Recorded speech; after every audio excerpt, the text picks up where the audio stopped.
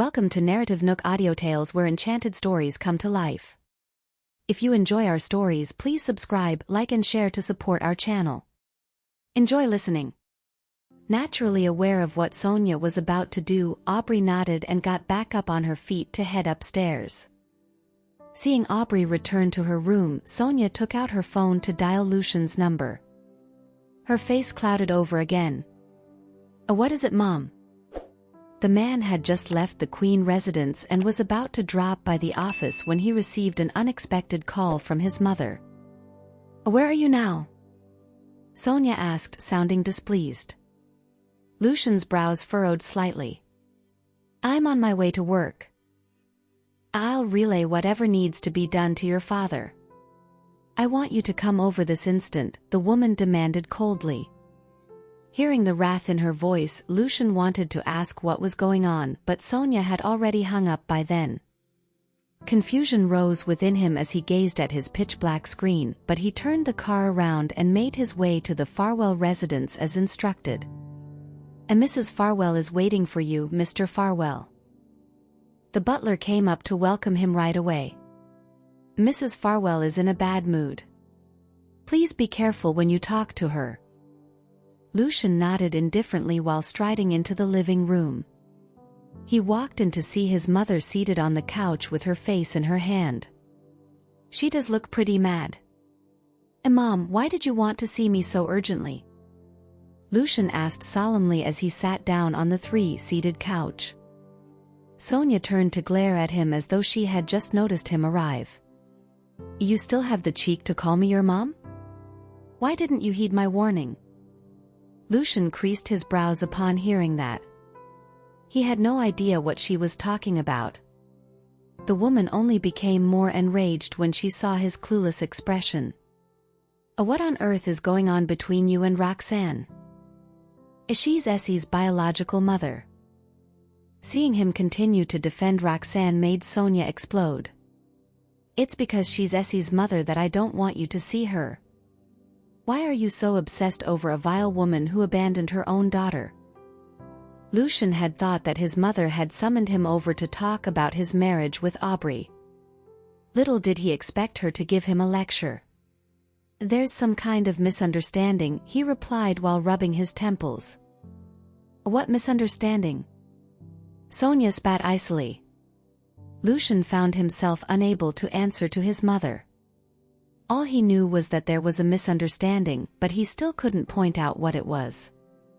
That woman would do just about anything to get her way. Sonia exclaimed. "She'd better not have abandoned Essie for her own future." Lucian's expression turned grim. "I know what kind of person she is better than you do. I understand why you have your opinions about her, but you shouldn't say such things without any solid proof." He knew that Sonia didn't have a good impression of Roxanne because of what had happened 6 years ago. Still, he hadn't expected his mother to vilify her in such a way. "How do you know I don't have proof?" Sonia asked, staring at him in vexation as soon as his words fell. Lucian turned to her in bewilderment, unsure what proof she was referring to. With a stern face, Sonia slammed her phone in front of her son, the screen showing images of Roxanne and Jack in the middle of what appeared to be a happy conversation. "Have a look yourself." Lucian gazed down at the phone, initially thinking that these photos were taken from the public uproar before. However, upon closer inspection, he realized that the woman was wearing the same outfit she had worn when she left this morning. Not only that, but Hector could be seen not too far away from the two in the photo. A look of irony flashed in Lucian's eyes as he thought back to the excuse Roxanne had made when she left earlier today. She said she had to show up no matter what because old Mr. Damaris would be there. Yet, in all of these photos, she was only talking to Jack and seemed to treat old Mr. Damaris as though he was non-existent. Sensing the atmosphere around her son turn gloomy, Sonia continued to demean Roxanne. "I remember people saying that Roxanne only managed to become part of the Damaris family's project after seducing Jack. I didn't want to believe that she'd ever do something so appalling, considering she was once part of our family, but it looks like it's true." Hearing that, Lucian turned to meet his mother's gaze with a dark glint in his eyes. The woman scoffed. Look at what this woman is doing. She has you in the palm of her hand while getting intimate with Jack at the same time. It's only normal that you'd fall for her tricks given your lack of experience. But now that you've seen these pictures, I believe it's about time you wake up and stay away from her." Lucian remained silent for a long while. Did you hear me? I'm talking to you. Seriously, I don't know what you see in that woman. You're even so loyal to her. What makes her better than Aubrey anyway?" Lucian finally responded, but all he did was reach for the phone and place it back on the table emotionlessly. "Where did you get these photos?" he asked frostily. Sonia thought he had finally understood her words, only for him to ask such a question. Why do you care where I got them? In any case, these photos are real. You'd better keep a distance from Roxanne," as she replied in irritation. Lucian immediately picked up the device and scrutinized the messages. Then he stopped at the unknown number for a few seconds before glancing back up at his mother. Do you know who this number belongs to?" Not expecting him to ask her that, Sonia stilled briefly before deciding not to put up an act. How would I know?" she responded frankly. Whoever this is, they probably came looking for me because Roxanne did something to provoke them." The crease between Lucian's brows deepened. She doesn't look like she's lying. She probably really doesn't know who owns the number. But who could have sent her these photos? Who's paying this much attention to Roxanne's life? In the middle of his silence, the sound of footsteps came from upstairs.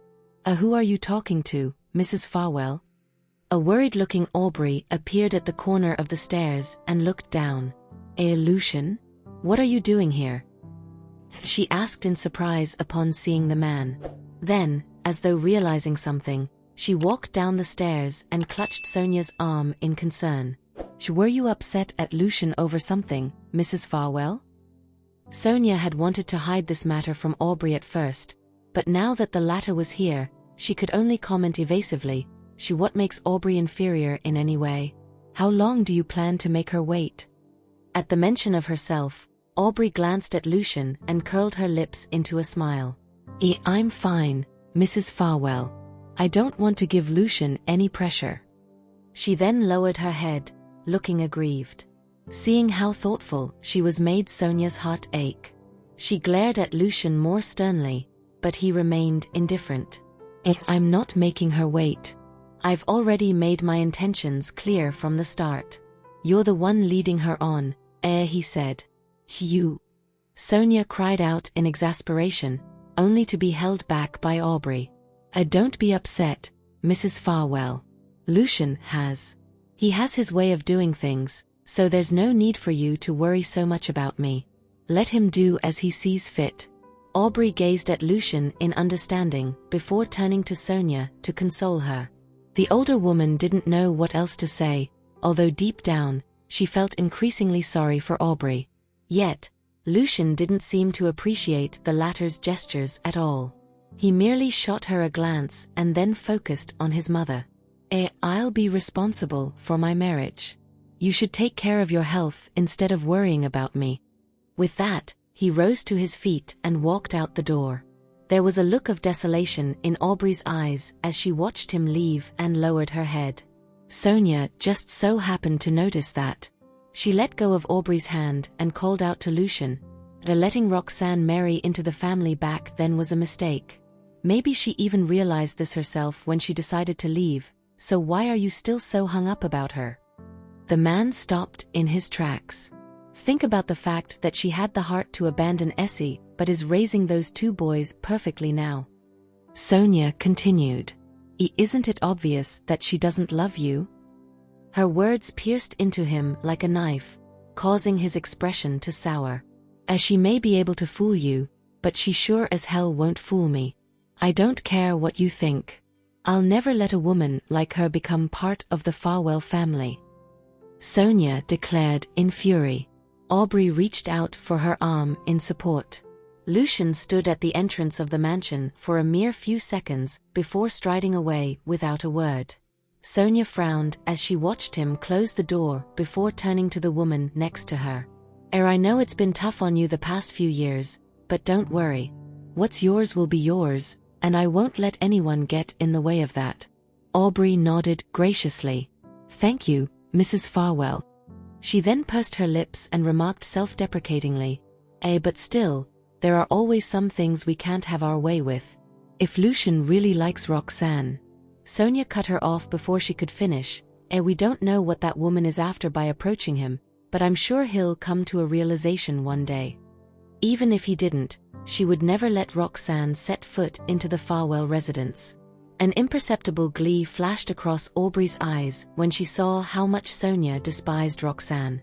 Just as I expected, those photos are really making her hate Roxanne even more. With Sonia's resistance, she didn't have to worry about Roxanne taking her place anymore. The sky was about to turn dark when Roxanne left the research institute. On the way home, her chest tightened as she thought that Lucian was still lounging around at her place. However, she returned to find only the 3 children sitting on the couch and staring at the computer screen. Roxanne scanned the living area, but the man was nowhere to be seen. Mommy, the boys greeted her as soon as they realized she had come home. Roxanne caressed their tiny heads while asking, "Where's Mr. Farwell?" "He left a long time ago, but we asked him to let Essie stay so that we could wait for you to come back together," Benny explained in his squeaky voice. The woman smiled when she heard that. Then her gaze fell on the little girl standing behind the 2 boys. Unlike her usual peppy demeanor, Essie now stood timidly behind Archie and Benny, not even saying hello. Clearly she was still bothered by what had happened earlier that day. Realizing this, Roxanne knelt down and stared straight into the girl's eyes. "I'm sorry, Essie. I didn't mean what I said earlier this morning. I just wanted to say that." Having been consoled all day, Estella had already thought of forgiving her. Even so, seeing the woman in person now made her slightly upset. "But why did you leave, Miss Jarvis?" the girl asked slowly while blinking. She had already figured it out. Roxanne didn't want to be her mother because she still couldn't accept Lucian. However, she didn't understand why the woman had driven off despite knowing that she was upset. "Why didn't she stay and talk to me instead? She was the first one to come looking for me the last time, but she just left me like that this morning." The difference was too much for her to handle. "I'm sorry," Roxanne replied apologetically. "I really had something important to take care of this morning. I won't make you upset ever again, so will you forgive me?" Estella merely stared at her. "I'll be right by your side whenever you need me," the woman promised solemnly. The girl's eyes finally lit up and she leaped into Roxanne's arms. The woman felt her heart melt as she watched Estella return to her usual cheeriness. She had thought the little girl wouldn't forgive her, but it turned out she was so easy to please. Suddenly Roxanne felt something warm on her cheek for a split second. She turned to the girl in surprise. Estella beamed with delight at having secretly given the woman a peck. A warm sensation spread across Roxanne's heart when she saw Estella's expression. Unable to help herself, she responded by kissing the child's cheek too. The little girl was instantly filled with shock, having not expected to be kissed. Then joy overtook her as soon as realization dawned on her. Mommy. Why did you only kiss Essie? We're going to be mad." Archie and Benny exclaimed jokingly when they saw Roxanne and Estella make up. Roxanne burst into laughter before turning to give the boys each a peck on the cheek, bringing wide smiles to their faces. After that, she stroked Estella's head. "Did your daddy say what time he'd be coming to pick you up?" Estella shook her head upon recalling that Lucian had never mentioned when he would come and get her. Lucian had only told her to be a good girl and stay with the 2 boys before leaving abruptly. Roxanne looked slightly troubled. "I didn't take a good look at his face back then, but he must be pretty annoyed about what happened this morning." But if I decide to call him and ask what time he'll be coming to pick Essie up, it's going to make me look guilty. If Daddy doesn't come, can I sleep with you tonight, Ms. Jarvis? Estella looked at Roxanne eagerly. Roxanne snapped back to reality and ran her fingers through the girl's hair. He'll definitely come. As soon as her words fell, Estella's eyes turned bleak. But yes, if your daddy doesn't come, you can sleep with me tonight, Roxanne agreed with a smile. Estella finally beamed upon hearing that. Roxanne glanced at the time. I didn't get to properly taste the cake we made this morning, so how about we make another one, she proposed. The children nodded happily and followed her into the kitchen. Roxanne placed all the ingredients on the dining table. Lucian wasn't helping them out this time around, but they still enjoyed the activity together as the sounds of their laughter rang out across the room. When the cake was out of the oven, the children each chose a piece to decorate with cream. Then Roxanne sliced every piece into quarters and placed them onto the children's plates. The whole baking process went much more smoothly than it did this morning, and the children enjoyed their cake. After they were done, Roxanne let the kids play a while longer. By the time the clock struck 9, the young ones had begun yawning. However, Lucian had yet to appear. Is Daddy not coming, Ms. Jarvis? If he's not, let's go to sleep. Estella tugged at Roxanne's shirt lightly, feeling so tired that she could barely open her eyes anymore. The woman hesitated for a moment. She does look exhausted, but where is Lucian? Is he even coming? She took out her phone, deliberating over whether or not to dial Lucian's number. If he's not coming, I'll take Essie upstairs so she can rest. Just as she found Lucian's number, a car horn blared from outside the mansion. Then the doorbell rang. Everyone inside the house turned to the door, thinking that Lucian had arrived. Estella pouted. But I want to sleep with Ms. Jarvis. I don't want Daddy to come. Roxanne switched off her phone and stared at the door with an inexplicable look on her face. After a few seconds of hesitation, she finally walked toward the entrance.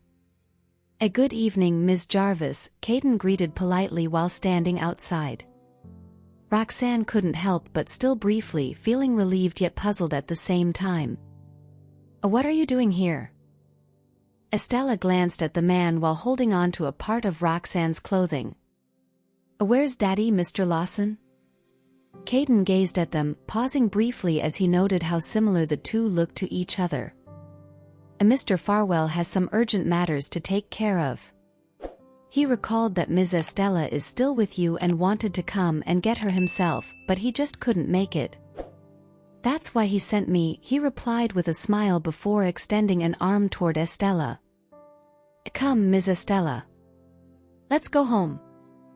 The little girl shook her head in reluctance before hiding behind Roxanne and gazing up at her with eyes full of anticipation. Roxanne sensed that Estella was staring at her, but she did not react. Just now, all Kaden said was that Lucian was busy with work. As Lucian was the CEO of Farwell Group, it was natural for him to be busy. However, Roxanne felt that Kaden was actually referring to her, insinuating that she had neglected her children as she was too busy with work. Lucian's words from that morning rang in her ears again. Is work really that important? Roxanne kept asking herself the same question. She worked hard because she loved her job, and she also wanted to provide a better life for her children. Yet her good intentions had seemed to backfire on her. Ms. Jarvis, Estella noticed Roxanne's silence and began tugging at the hem of the latter's clothes. I don't want to go back. Roxanne snapped back to her senses and lowered her gaze to eye the little girl. When she met Estella's innocent gaze, her heart softened. Nevertheless, she had to coax the girl. Be a good girl, Essie. It's very late and Mr. Lawson came all the way here to pick you up. You'd better go back with him. Estella replied with a pitiful look, but we agreed that I'd go back if Daddy came over. If he doesn't, I'll stay with you. Roxanne was surprised by her response. Indeed, Estella was Lucian's daughter. Although she did not speak for quite some time due to autism, it did not affect her eloquence after her condition had improved. "Oh well, Daddy sent Mr. Lawson to pick you up." An amused Roxanne squatted down to regard Estella. Estella pursed her lips and insisted, "No, I want Daddy to pick me up." Then she turned around to look at Kaden with a woeful expression. A warm sensation enveloped Kaden's heart after meeting Estella's gaze. He could not bring himself to say no. Then again, he dared not defy Lucian's order. For one moment, Kaden was caught in a fix. He could only cast a pleading look at Roxanne. Ms. Yavis. Roxanne returned a comforting smile and eyed Estella with a firm expression. "Listen to Mr. Lawson, Essie. It's late, and if you don't go home, Daddy will be worried." In the past, Roxanne would probably have ignored Lucian and let Estella stay with her.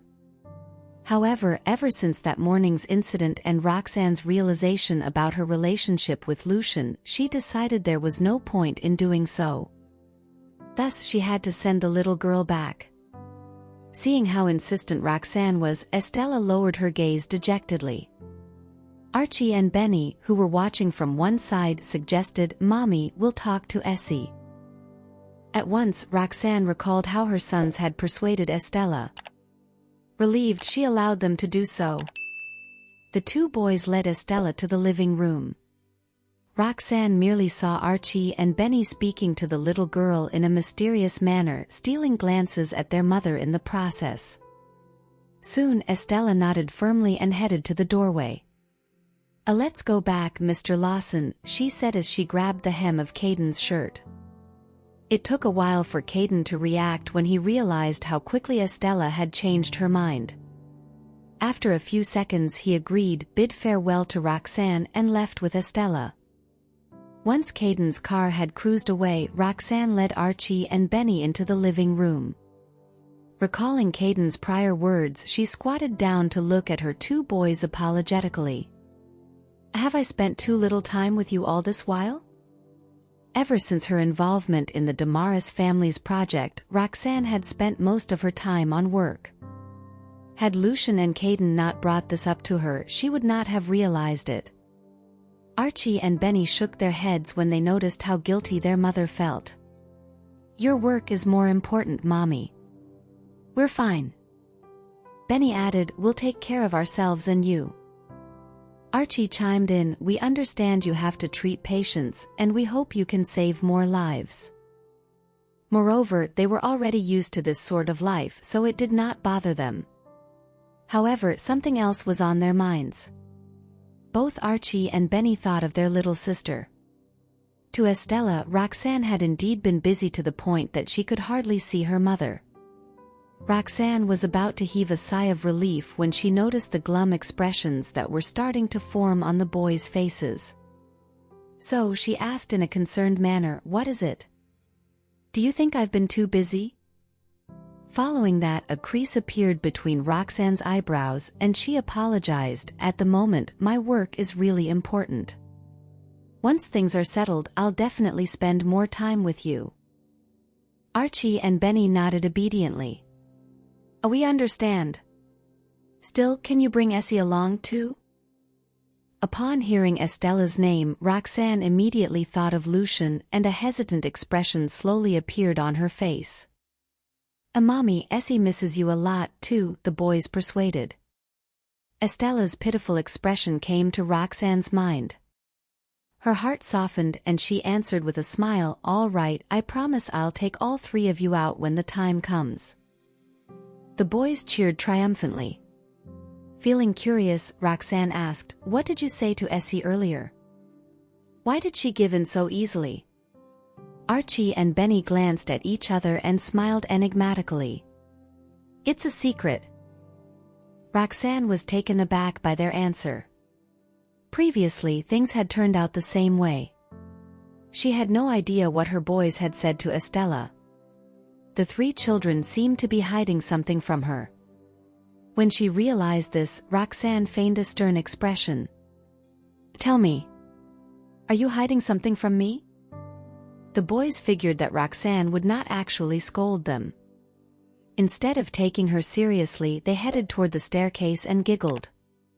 "Oh, we're so tired, Mommy. We'll go to bed now. You ought to go to bed too."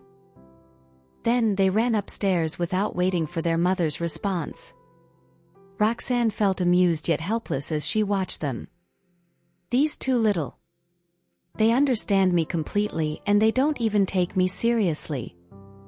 Nonetheless, it was evident that the children were hiding something from her and she did not know what it was. Roxanne still believed that her children knew better than to do something bad. She only wanted to see whether she could help them. Meanwhile, Archie and Benny ran into their room and heaved a sigh of relief. "Mommy has discovered that we're plotting something." Nevertheless, as long as they remained silent about it, Roxanne would be unable to guess what they were thinking about. They would never tell their mother that Estella decided to head back so that she could assess Lucian's attitude. Seeing that the kids were already back in their room, Roxanne tidied up the kitchen and went upstairs to do some work in the study. Even though she had agreed to be the technical advisor of Herbscape Group, she did not know much about the company. Prior to the actual collaboration, Roxanne felt the need to get a rough overview of the company, so she searched for information about Herbscape Group online. To her surprise, the moment she typed in the search bar, she noticed some unusual keywords associated with Herbscape Group. Herbscape Group had been accused of tax evasion and selling illegal drugs. Almost all associated searches were negative. Roxanne was stunned and filled with suspicion.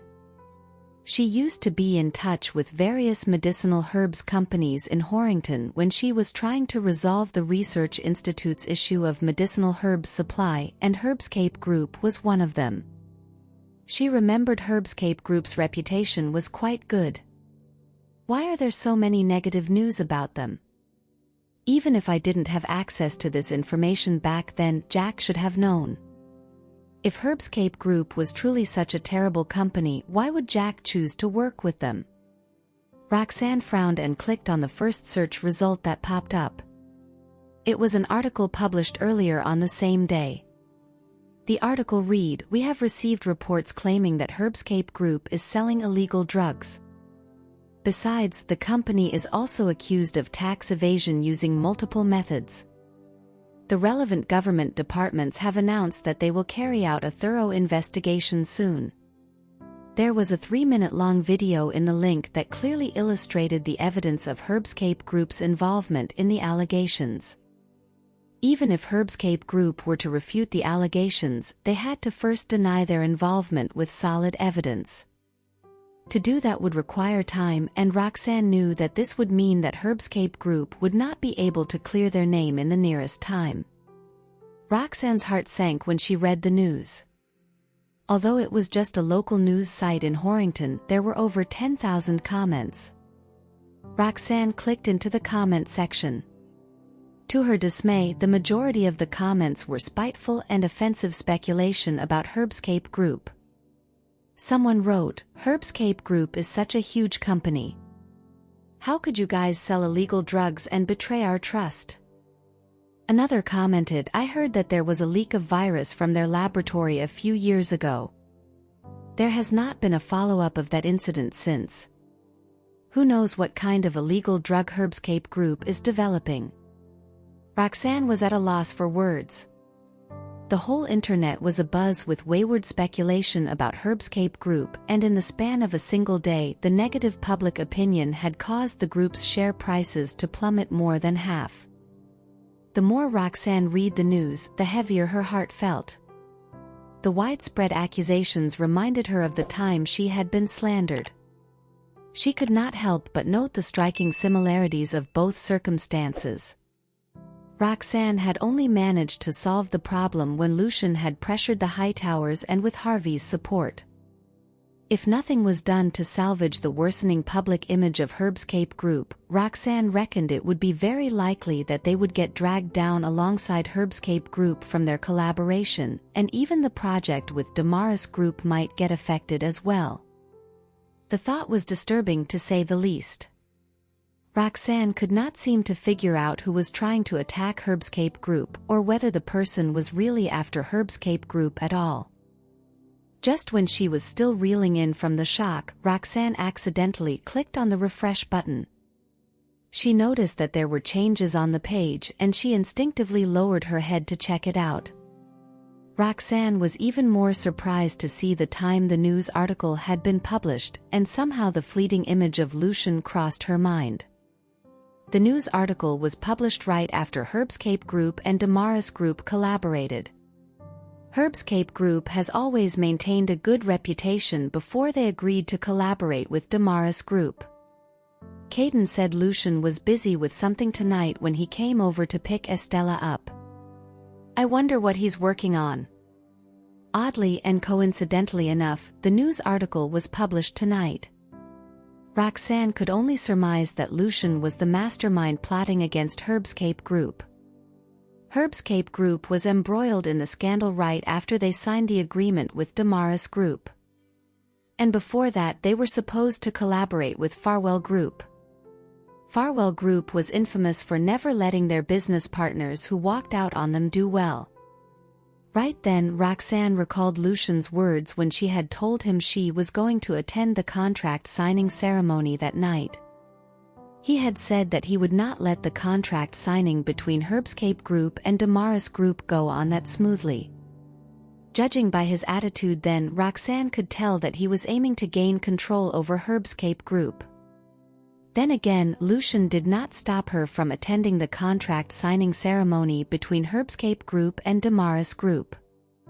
So is this Farwell Group taking revenge against Herbscape Group? Or is the competition between Farwell Group and Damaris Group still going on? Roxanne was truly stumped. She even wondered if Lucian was doing this because of her. After all, it was unlikely that Lucian did not care about what had happened that morning. If Herbscape Group's reputation was smeared because of her and in turn affecting Damaris Group as well, Roxanne wouldn't know what she could do to make up for Jack's losses. Realizing what she was thinking, Roxanne let out a self-deprecating laugh. Haven't I already realized this would happen when I signed the contract with Herbscape Group? Lucian is acting as such because he detests me getting too close to Jack. Roxanne pursed her lips. Well, I could also put the blame on Jack for dragging me into this in this case. Maybe I'll feel better that way. Meanwhile, in the Farwell residence, Estella still remembered the boys' remarks after Kaden fetched her home.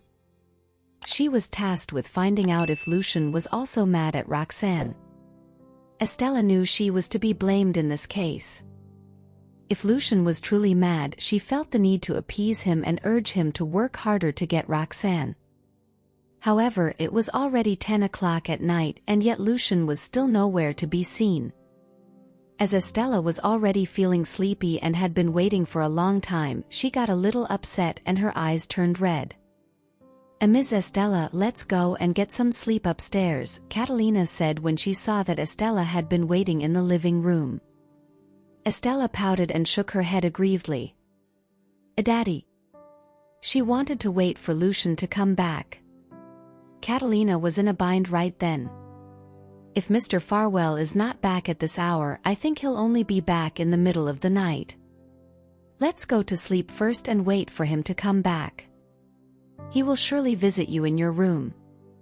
Besides, you can also talk to him in the morning. Estella shook her head stubbornly, her little hands clutching the couch. Catalina let out a defeated sigh.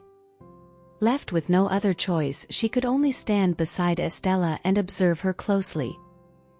Estella had always kept to a fixed daily routine. While at Roxanne's house, she had started getting drowsy at around 9 o'clock in the evening and only became a little more awake while on the way home. Now she had been sitting on the couch for a long time. Although she dearly wanted to wait for Lucian to return, she could not fight off the sleepiness that washed over her, and her eyes slowly closed. Catalina knew Estella's routine like the back of her hand. Upon seeing Estella's head droop lower and lower, she quickly hurried over to the girl's side, preparing to catch her at any time. Just as Catalina anticipated, Estella fell fast asleep within a few minutes, and her body tilted to one side. Fortunately, Catalina was well prepared. She caught Estella in her arms, then carefully carried the latter upstairs. When she finally left Estella's room and checked the time, she saw it was already late at night. Ms. Estella was so stubborn just now. It seems as though she really does have something important to discuss with Mr. Farwell. Catalina took out her phone and was about to call Lucian when she suddenly heard a noise from downstairs. Craning her neck to take a look, she saw Lucian walk into the house with long strides. He was radiating a cold aura. By the looks of it, he must have been swamped with work tonight to the point that he still has a frown even after getting home. Mr. Farwell, she called out hesitantly, hurrying down the stairs to greet him. As she took his coat, she said, "Ms. Estella waited for you all night and only just fell asleep." Lucian's frown deepened when he heard that. Kaden rushed back to the office immediately after sending Estella home, and according to him, Estella has already forgiven Roxanne. She was also reluctant to leave Roxanne's house. "However, there's no way I can forgive Roxanne. As for what Estella wants to tell me, I can more or less guess what it is she wants to say. I don't want to hear her take Roxanne's side, at least for now. After all, Roxanne's increasingly close relationship with Jack is bad enough to stir up some misunderstanding. Regardless of whether it's for the children's sake or my own reasons, I want to teach Roxanne a little lesson." With that thought in mind, Lucian merely nodded at Catalina expressionlessly and walked upstairs. Seeing that he did not seem to have caught on to the meaning behind her words, she quickly added, "Ms. Estella seemed to have something important to tell you.